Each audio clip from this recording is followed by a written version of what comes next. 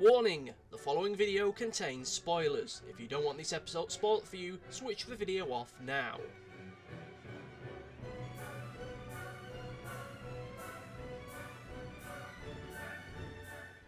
You know, I was worried going into this week's episode that it was just going to be more sitting around and talking. The preview from last week's episode made it look like it was just going to be a bunch more talking in gardens and everyone being angsty, moody and depressed. And I did have some big, great opening gag for this week's episode, which is no longer valid, so whatever, we'll just continue on as we always do. I did like the fact this episode had some action in it, and whilst there was some sitting around and talking, it felt a lot more natural than I think that it really otherwise could have been. And I say natural because I'm having PTSD flashbacks of being back in university and my lecturer looking at me like, what do you mean by natural? Do you mean naturalistic or do you mean realistic? There's a great deal of difference between naturalism and realism. Naturalism is an imitation of reality, whilst realism is the closest reality you can possibly get to it. Of course, with reality and the big concept of being on the stage, you can't tell me great reality on the stage, and you know you can be naturalistic. You know, I just don't want to get into that whole path because that's a whole path I don't want to talk about. I did really enjoy, though, the fact that we could actually have a genuinely understandable and relatable moment there with Midoriya just having his breakdown moment. He can't talk to his friends about something big, horrible and depressing. If I was to be arty-farty for a moment, I'd feel that that was intended so as to be something of an analogy for people who are going through depression, not feeling as though they can easily talk to their friends about it, so they have to talk around the issue, or to just kind of say, oh yeah, things ain't so good, but you know, you keep going and that kind of stuff. And of course the friends not really knowing how to react to it, so that they're just there like, would you like some noodles? How about some beef? We've got some beef stew. Do you want some beef stew and noodles? There you go. Maybe this will help you. I mean, you can't talk to us about your problems, but maybe some bonbons will help you out. I mean, just a PSA here, folks. Comfort eating and comfort drinking doesn't do you any good. I mean, look at me.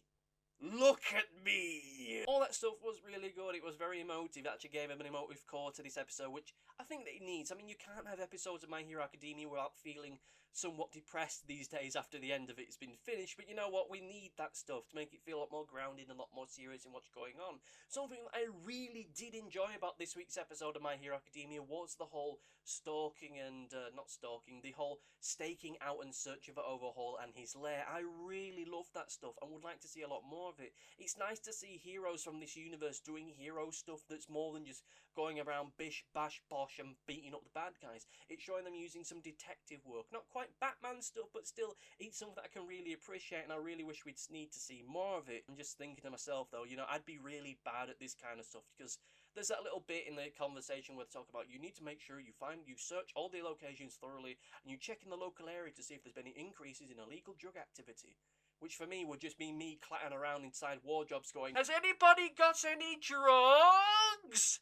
Has anybody got the drugs? Has anyone got the LDS? Has anyone got the evil bullets? If you do, have a quiet word with me. Something that I did enjoy as well was the stuff, and I don't know if it was supposed to be funny or not, it's just my sense of humour. It's when Sir Nighteye is in the toy shop and he confronts the mad scientist person to find out where he's secretly keeping Arian to use his quirk on him. He just approaches the guy behind him and the guy's like, so why do you know stuff about girls' toys? And he's like, I'm a fan too. I mean, it didn't exactly go down like that, but that's just what was playing on in my head a little bit. The whole confrontation bit with that, I'm getting some way mixed between Smithers from The Simpsons and Mr. Plinkett from RLM kind of vibes, and that kind of bit was happening. Not intended, but you know, it's just different strokes for different folks, and as Fat Gum ended up saying within the episode itself. What kind of felt odd to me was all the stuff with the actual police officers in the lead up to the actual confrontation and the siege of Overhaul's lair. Yes, it's not a massive thing, but it kind of feels like, okay, we all know that this is going to go pear-shaped, that something bad's going to happen. I mean, that's not a spoiler thing, but just given how these kind of things happen in fiction, we're probably not going to get Aries, she's probably not going to get out in time, someone's going to get seriously hurt or possibly killed, you know, something like that is probably going to happening. They're not going to get her in time. We know that's going to happen. But I feel that that should be happening as a part of the actions of our cast and characters, rather than seemingly the bungling of one police chief. I mean, he shouts as this is all going down, how did they know we were there? And I'm just thinking to myself, Jesus, dickhead, you were all stood outside the lair shouting very loudly. You got a bunch of superheroes in brightly coloured costumes, you got all the police officers there with riot gear surrounding the place. I mean, you don't have to be fucking superpowered Quirkman to be able to see, see, there seems to be a lot of police officers outside. Let's get the boys together and start fucking things up. I mean, good grief. I mean, I'm getting into a tangent here, but good grief, like, I'm not a police officer, I have no experience in that kind of stuff, but when I ever see this kind of stuff on the news, all the officers will get into position outside wherever it is they're going to break into, they'll give each other the nod, they'll kick the door in, throw a few flashbangs and smoke grenades in there, and they'll take them down as quickly as possible. They're all stood outside there like they're about to lay siege to Mordor or something. I mean, good grief! Also, towards the end of the episode, we had a brief look at Overhaul's father, though to be honest with you, for a brief second I did think it was All for One.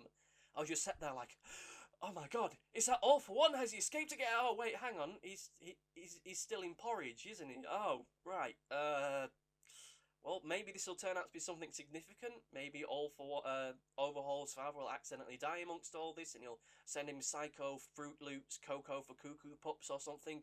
All this will end up leading to some kind of flashback sequence later on, which will show him as a child, and show a strange relationship between him and his father.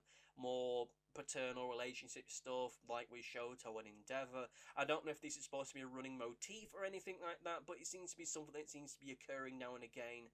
Kind of like with Class, though with Class that kind of just felt like a coincidence more than anything else. Maybe this will be an opportunity to get to understand Overhaul a little bit more about his backstory and how he actually ended up becoming a villain. Yes, he was born into a powerful Yakuza family, but you know, this isn't just something you end up doing. None of the villains in this show just wake up one morning and go, I ain't gonna be a villain now. No, they're probably through life experiences, through things happening during their existence that have pushed them into villainy. And maybe we'll see something similar with that with Overhaul. Maybe the reason why he treats Eri the way that he does is because he wasn't brought up right. He thinks that beating and abusing children is just the natural way of things. It's what all parents do, so he's going to do that to her. Even though they're probably not really related, and that's his daughter, in inverted commas, more so than would be to fill the screen. But you know what, I'm getting off into a whole other tangent. One thing I didn't like, though, towards the end of the episode, another crappy cliffhanger. I thought they were going to cut to the end of the episode when Miro and Midoriya were running, and it was going to be, we're going to save you! And then it was going to cut into, next time on My Hero Academia! But it didn't. It ended up just then cutting to Overhaul creeping along in his creepy lair to be creepy over Eri because they're going to end up making it out. He's going to escape with her, but you know, like I say, that's not really a spoiler thing, because, you know, that's where it's going to go. I've not read the manga, so I don't really know. I've got the Vigilantes manga, and that's it. The first issue or so of that. But, you know, we'll get into a whole other thing, so let's just go into the overview. What do you think about the episode as a whole?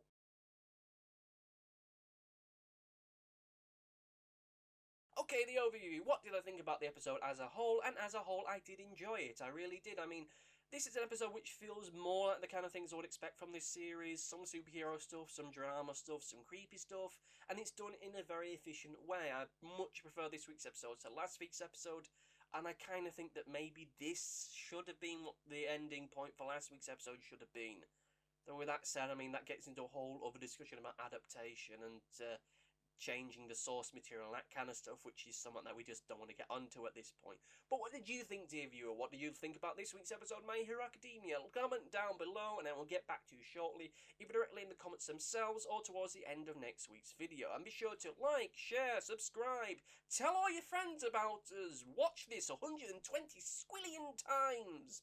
Do all these things because it does me a power of good, and YouTube these days is very, very scary. But that's enough from me from now. Let us say thank you all for joining me. See you next time, and goodbye!